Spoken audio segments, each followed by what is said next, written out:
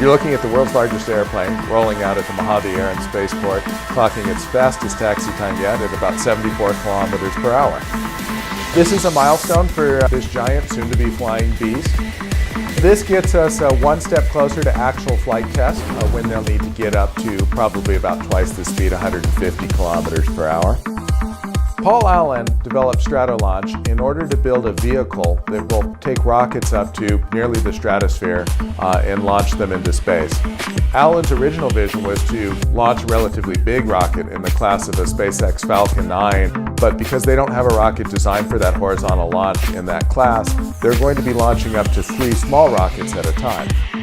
This aircraft is massive. It has 6 engines that were removed from 2 used 747s. Its wingspan is so big that if we dropped it in at our Coliseum football field over here, the wings would hang over the edge of the facility. It's got this big empty space in the center, and you can put a big rocket there, but you could also put a massive customized container.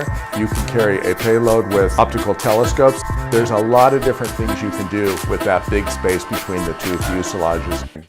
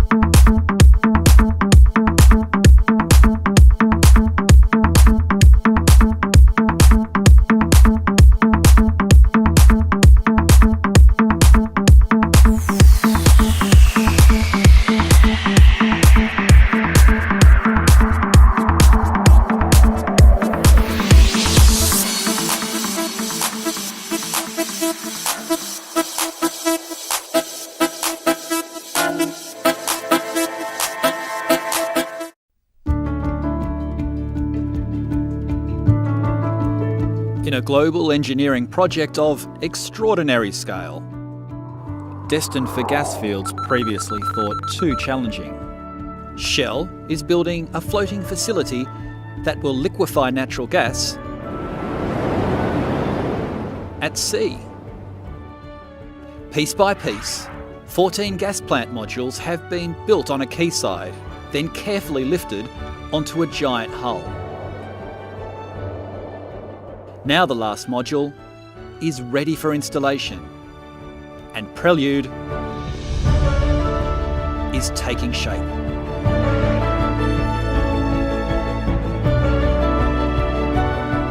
Getting the last module, that's a real accomplishment by everybody. And from now on, progress won't be that visible. But on the other hand, of course, there's a lot of work to do still. There are 3,000 piping connections to make, 450 kilometers of cabling to pull. So now that the forest of yellow steel is now going to get connected together, so it's one piece.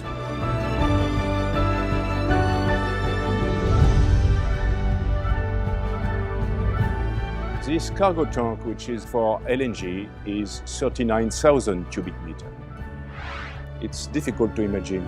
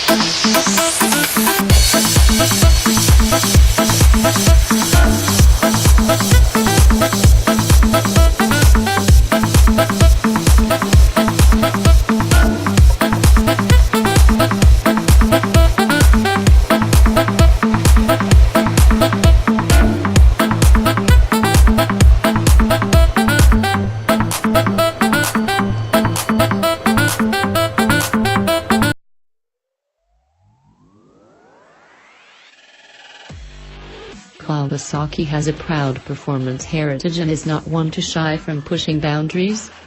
For many seasoned enthusiasts, Team the Green's legacy began with the H1 Mach 3 and H2 two-stroke triples of the 1970s, a pair of no-holds-barred rides in their own time, and the bikes these new machines honor and name.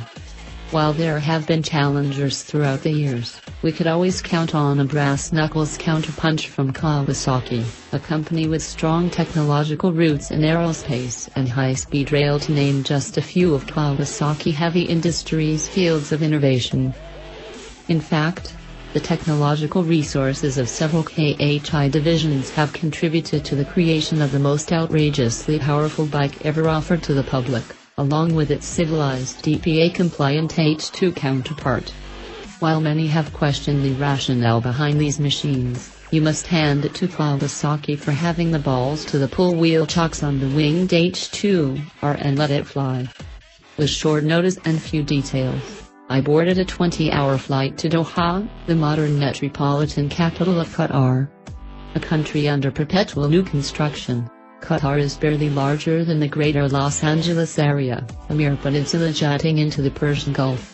Its main attraction for motorheads is the Losail International Circuit, home to MotoGP's night race.